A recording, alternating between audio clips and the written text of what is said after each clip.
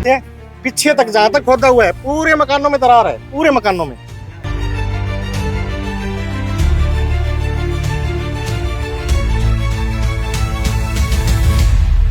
खतरा है सर, ये तो सारा गिर ही गया, मान लीजिए ये गिर ही जाएगा, ये गिर ही जाएगा। देखिए सर ये सारे दरारें आई हुई है।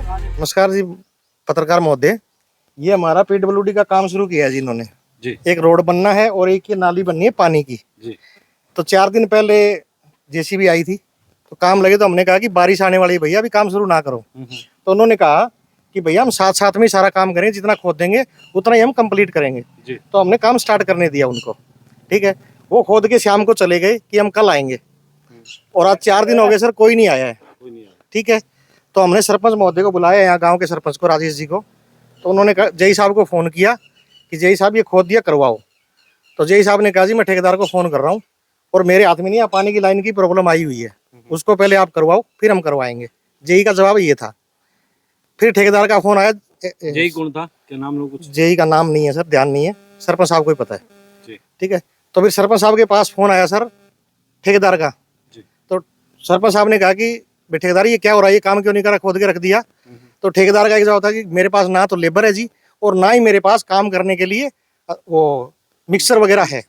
मिक्सर वगैरह नाम वगैरह कुछ? ठेकेदार शाड़वा गांव का है सर, नाम पता नहीं है, ठीक है। अब लेबर नहीं है, काम शुरू करने से पहले इस बात का बंदोबस्त क्यों नहीं किया?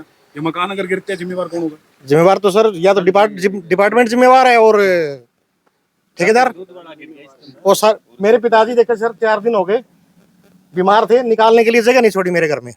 ये देखिए आप, चोट भी लगी है बताया? लगी है सर, मेरे पिताजी को लगी है चोट, खुद को लगी है, गिर गए थे। मेरे पिताजी को खुद को चोट लगी, हॉस्पिटल में लेके गए हुए हैं, हॉस्पिटल में दाखिल है।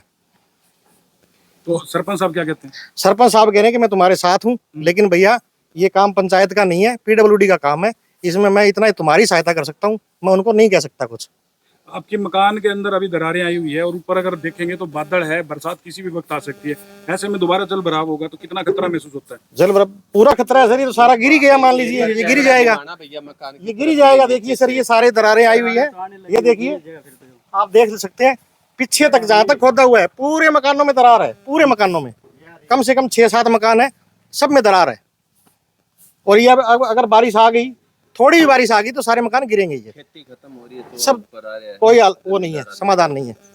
तो ये जो आपके मकान है वो कोई सड़क के उसके मतलब पंचायती या सरकारी जमीन पर तो नहीं है ना? नहीं, सरकारी जमीन में नहीं है सर, बिल्कुल हमारी जमीन है, पैमाइश करके की हुई है, बल्कि हमारी आगे और जगह है 2-2 फुट, हमने 2-2 फुट जगह छोड़ रखी है, कोई मतलब किसी की सरकार की नहीं है, हमारी जमीन है, हमने 2-2, 3-3 फुट सबने छोड़ रखी है, आगे से लेके पीछे तक। क्योंकि जिस तरीके से बिल्कुल दीवार के सटा के नाला खुदा गया है, उससे ऐसा लग रहा है कि मकानों को अब नुकसान पहुंचेगा। नींव है वो भी आपकी कहीं ना कहीं दरकनी शुरू। हमने सर ये भी कहा था कि इसको सटा के मत ले, थोड़ी छोड़ दे, वो नींव भी दरक रही है। हमने उनको कहा था कि सटा के मत लो, आप इनको छोड़ दो खाली। तो उन्होंने कहा सर हम तुरंत आपका अभी खोद रहे हैं और तुरंत इसका समाधान करेंगे। आप तो क्या नाम जी?